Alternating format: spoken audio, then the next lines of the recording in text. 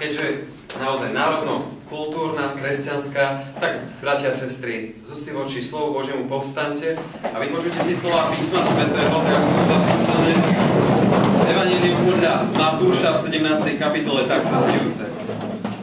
O 6 dní vzal Ježiš so sebou Petra, Jakuba a jeho brata Jána a vyviedol ich na vysoký vrch do samoty. Tam sa premenil pred nimi a tvár mu žiarila sťa slnko a rúcho jeho zbelelo ako svetlo. A hľa, ukázal sa im Mojžiš a Eliáš a zhovárali sa s ním. Peter prehovoril k Ježišovi a povedal: Pane, dobre nám je tu. Ak chceš, urobíme tu 3 stany, jeden tebe, jeden Mojžišovi a jeden Eliášovi. Keď on ešte hovoril, aj na jasný oblak ich zastrel a z oblaku sa zaznel hlas: Toto je môj milovaný syn, v ktorom sa mi zaľúbilo. Jeho poslúchajte. Keď toto učeníci počuli, padli na tvár a náramne sa báli. Ježiš pristúpiac k ním dotkol sa ich a riekol: Vstaňte a nebojte sa. Amen. Toľko je slovo z písma svätého. Môžete stať, bratia a sestry.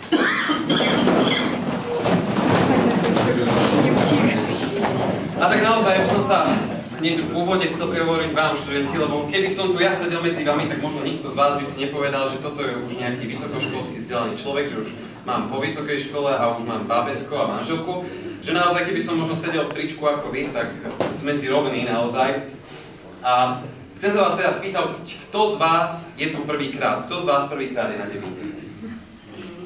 Tak to je naozaj veľa z vás.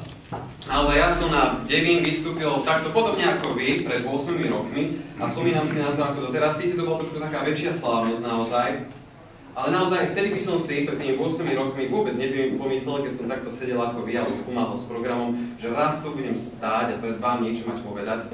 A vôbec si na to tak nespomínam, že by sa naozaj niečo také malo stať, pretože keď som vstupoval do Matice slovenskej, keď som sa teda kandidoval za člena výboru Mladej Matice, tak terajší pán predseda, keď som teda v tom mojom kandidačnom prejave povedal, tak on, ja si doteraz pamätám, že povedal: no, tak rozprávať ho ešte doučíme. Takže naozaj, stojím to teraz pred vami, tak uvidíte, možno to je pravda. Ale naozaj, spomínam to práve preto, že tí Štúrovci boli v tom istom veku ako vy. A spravili si ten výlet na Devín, možno boli hanbliví, možno nevedeli ani čo povedať. A možno ani jeden z nich nevedel, čo ho ešte v živote čaká, kam sa dostanú a ani netušili, akí dôležití budú pre našu spoločnosť a pre náš národ, pre celé naše dejiny. A takisto si musíme povedať, ako sme čítali v biblickom texte, že ani Pán Ježiš si do svojich radov, ako svojich učeníkov, nezvolil nejakých starých, múdrych rabínov, ale zvolil si, dá sa povedať, bežných ľudí vtedajšieho zamestnania, rybárov, colníkov, dá sa povedať, jedného vojaka. A preto naozaj dnes znejú nám biblické slová pre každého jedného z nás: Vstaň a neboj sa. Pretože naozaj vaša budúcnosť je len vo našich a vašich rukách. Naozaj musíme si uvedomiť, že vaša budúcnosť je pred nami.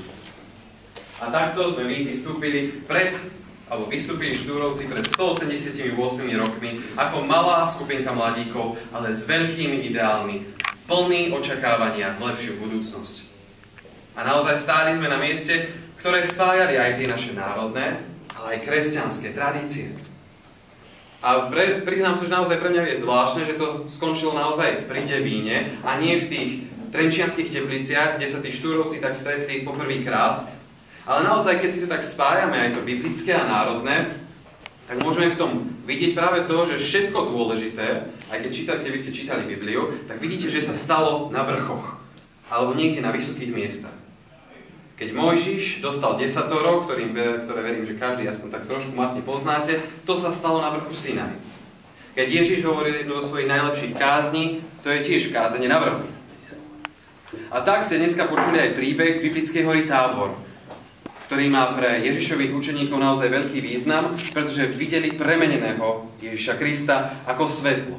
Stretli sa s otcami viery, tak ako sa stretli s otcami Cyrilom, Metodom, Rastislavom, ako už bolo spomínané, tak oni sa stretli s Mojžišom a Eliášom. A tak naozaj Devín je pre každého Slováka miestom, kde sa aj naši predkovia obrodili. Pripomenuli si správy vierozvedcov, kniežaťa Rastislava a stali sa práve tými zapálenými Slovakmi pre národnú kresťanskú vec. No dnes už naozaj, a ja to vidím pri mojich spolužiakoch, rovesníkoch, že naša generácia zabúda, kam patríme. A hľadáme, ako aj ten jeden z učeníkov Pána Ježiša povedal, keď Peter hovorí v tejto chvíli, dobre nám je tu. Nič viac nechceme. Každý chceme len to vlastné dobre. Jeden múdry človek však povedal, že život je o neustálom zápase. O neustálom hľadaní. A tak možno aj my strácame seba dôveru a nezápasíme. Ostávame v stave nečinnosti, no Padovány hovorí, že vtedy sa staneme práve tými problémovými. Vtedy upadáme. A to je práve to najľahšie. Hľadiť len na seba a na svoje vlastné dobro. No k čomu nás volá naša kresťanská viera? Nie hľadať to vlastné dobro, ale hlavne dobro blížneho a dokonca aj nepriateľa. Pretože my vieme, že Boh nás nadovšetko miloval a až dal svojho jednorodeného syna, aby umrel za nás. Prijal to utrpenie. A to aj svojim učeníkom naozaj zvestoval pred týmto zážitkom na tej hore premenenia. Že syn človeka bude mnoho trpieť. Ale stále, ako si nechápali, čo ich čaká. Že práve aj oni, tí Ježišovi učeníci, sa stanú tými zvučnými menami, ako bol aj Eliáš alebo Mojžiš. No my vieme, že Ježiš nebol len akýsi učiteľ, ale bol ten, čo má prísť. Mesiáš, to svetlo sveta, aby všetky národy, a teda aj ten náš slovanský, mohli spoznať toho právého záchrancu. A tak podobne aj v tento deň 24. apríla prišli štúrovci k hrobom dávnej slávy. Tu sa zohrial ich duch k novým činom.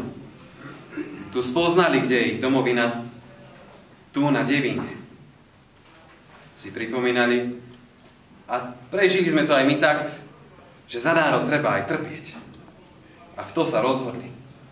Priznali sa k národu a novým menom sa pokrstili. Dodržiavať jeho význam. A preto, podľa slov biblického textu, aj my dnes vstaňme a nebojme sa. Vy, mládež, evanjelická, katolícka, veď to je jedno. Aj keď nás je možno málo.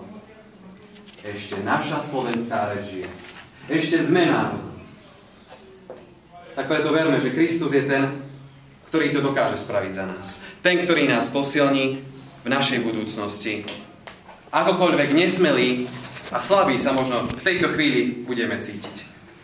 Premeňme sa imi dnes a dôverujme nášmu Bohu, že nás a aj o náš národ sa on postará. Amen.